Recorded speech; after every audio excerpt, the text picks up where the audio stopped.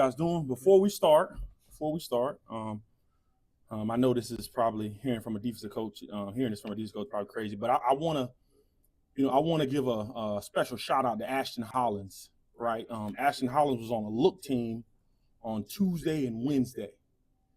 All right, and so to see him go out and score a touchdown, I promise you there wasn't a more excited coach in that stadium than myself.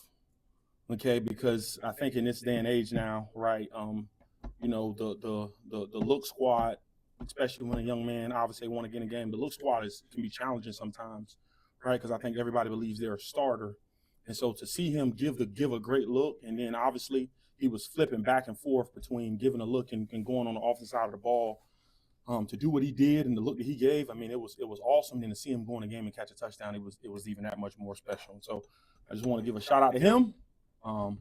Without further ado, I'll take any questions. Talk about the Indiana offense, in particular the quarterback Mendoza. Like I told you guys a couple weeks ago, right? Like I think that I said about Darian Mensah. I think Mendoza is another one of those guys who I believe is going to play on Sunday. He has a live arm. I've been watching this young man for a while back at Cal. I mean, he makes some throws. You're like, oh my goodness. I mean, his arm is as live can get. I mean, he has a nice, beautiful ball he throws, right? I think his downfield vision, like his progressions that he make when he's in a pocket, is absolutely incredible. I mean, I think this dude's an NFL quarterback, right? For a bunch of different reasons, but his ability to throw the ball is absolutely incredible. I think it also helps that he has some really, really good playmakers to throw the ball to, right? Elijah Surratt, I mean, I think that young man is, I mean, if he ain't I think he's one of the best receivers in the Big Ten, right? Going off of last year, coming into the season, I know he probably obviously wants more throws. I know they got Omar Cooper, I think Jr., who's also a very significant threat. I mean, you got Surratt and you got Cooper Jr. I mean, both those guys are as good as any tandem of receivers in the Big Ten. And so we got a tough challenge ahead of us, on top of having some really they pride themselves on running the football, on top of having a really, really dynamic run game and a very, very impressive O-line. And so I think anytime you get into Big Ten play, I mean, this is what you're going to face from here on out. And so we got a tall task again. I'm always trying to find creative ways to, how can we change up pictures? How can we get the things that we believe can be advantageous for us? But I tell you one thing, that they do a phenomenal job at running the ball. Obviously the O-line coach Bob Bolad, he was our O-line coach when I was back at Wisconsin with Coach. And so Coach Bolad's a gritty dude. He gonna have them dudes ready to play. And so we got to make sure we do a really, really good job of making sure that we eliminate the explosives and try to do the best we can to stop the run, because the run game, it just opens up everything they do in the pass game with the RPOs and the down the field throws. Coach, so there's third night game before. Is there anything about that changes anything you do? No. No, the only thing, we got to sit around longer. Right. I enjoy the night games. It gives Illinois a chance to be in the spotlight. You know what I mean? I mean, obviously for coaches, you like playing them earlier in the day just so you can spend time with your family. But just give you guys some hindsight, right? Like I told the players this on Wednesday, right? I told the players this on Wednesday because our word of the week last week was toughness, and I came home on Thursday because I wanted to stay in the office a little longer and get some things done. I came home on Thursday a little later than I told my wife. Okay, and when I got home, she said, "Have a seat." Right, we got to talk. Every man hates that conversation, right? Have a seat. We got to talk. All right. And what she proceeded to tell me was, right, the girls haven't seen you. Your daughters haven't seen you all week. Okay. And so we got to change up this Thursday routine. And that was a very, very tough conversation for me because I want to win ball games, but I also want to be a great dad and great husband. Okay. And so I bring that up because this week is being selfless. Talking to our defense. Like the word of the week this week is being selfless.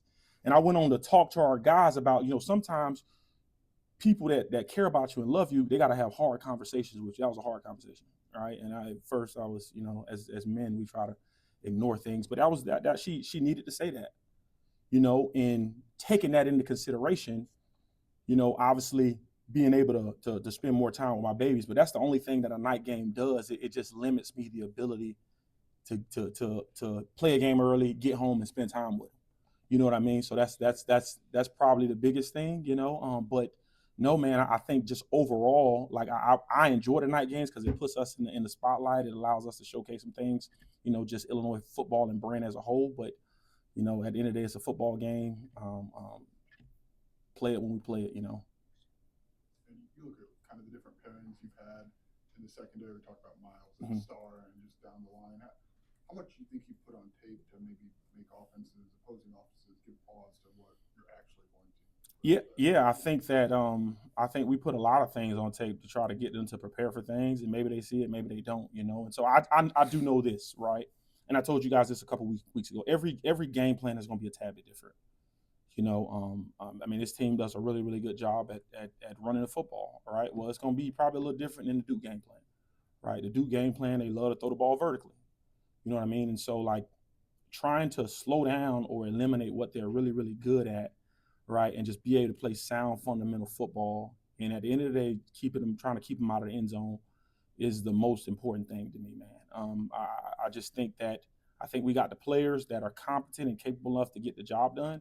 And I think as coaches, we just got to put that into them, you know. And so I think the day and age of saying that you're this defense and you're running this, I think those days are long gone, right? These coaches, these coordinators are so smart. They're so intelligent, right? They'll dress things up a certain way and do something completely different. And so you have to be really, really good at situational football. And more importantly, you have to be able to just try to change pictures as much as you can, right? Whether it's fronts, whether it's back end things, you just got to try to make it as hard as you can. For by the end of the day, you know, football boils down to running and tackling. You know, I was talking to our defense, you know, yesterday, and the thing that was more disappointing me than anything, we missed 10 tackles. Right? Anytime, again, I say this, and I try to say it and let you guys know. But anytime you get double-digit missed tackles, man, that's a recipe for a disaster. And we get no takeaways, you know. And so, love the fact that we kept them off the scoreboard. But I want to keep them off the scoreboard. I want to be a really good tackling football team, and I want to take the ball away, you know. And so that's what we got to pride ourselves on, because I think when we're able to do that, I think you really start to see some things come alive. I was going to ask you about Indiana's run game, because I would imagine you look at what Bob does up front, and at least you, Coach B, and JMO kind of look at that and go, I know what that is. But yeah. What's the dynamic between, okay, we can identify it, and now we got to go get it?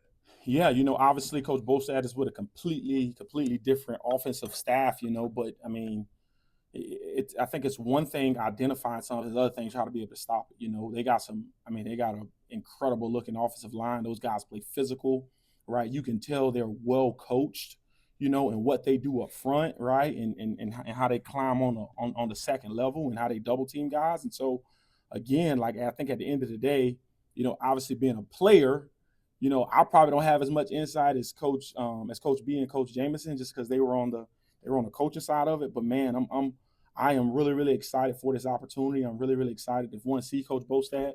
I hope he remembers me, right? I hope he remembers me. But I think it's going to be a really, really great game and a phenomenal atmosphere. Aaron, you talked about your defensive line depth. How has that changed things for you guys to have, you know, a second string you can go to and that many guys you can put on the field? Yeah, that is.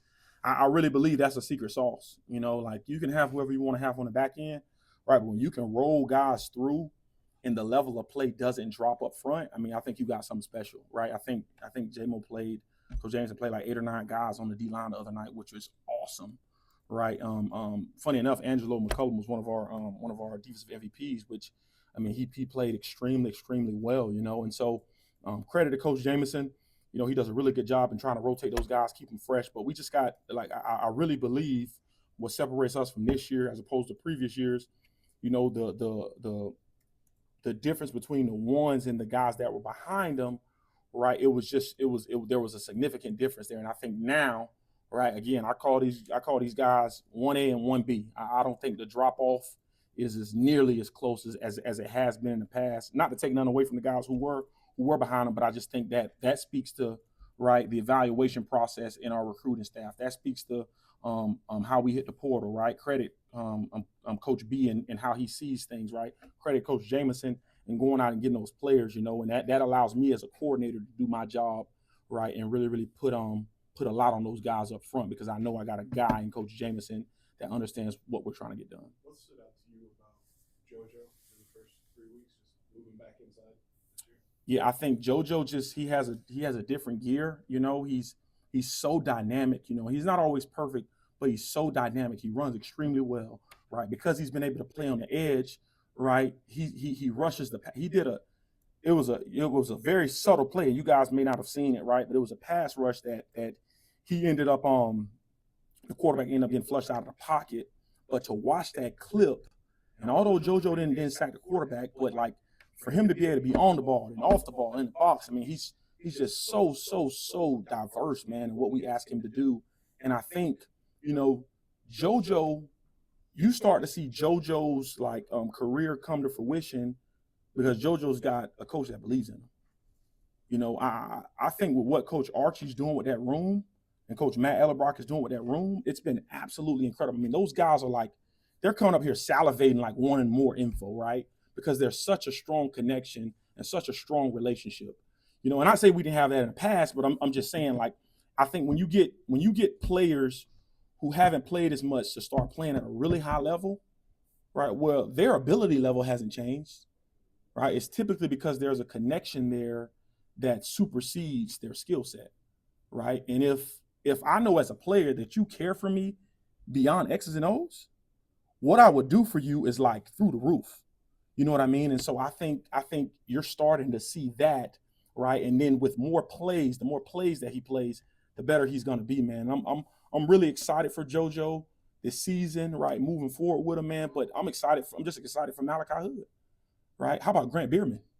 Right, his first snap was a pressure, right? Got to teach him to retrace and get off the block. But man, I'm really excited for that linebacker room as a whole, man. And I think they're going to be a really good group of guys. You mentioned Grant Beerman. Just have time for one more here. Coach Beerman said he's one of the best linebackers that he's ever recruited, any place that he's been. So, what did you see in that first game for him, seeing action, and what's kind of the ceiling for him? It's funny enough. The night before the game, I specifically asked Grant, "What's your favorite call?" When you get in the game, what is the call you love? And he looks at me and says, "Any one of them."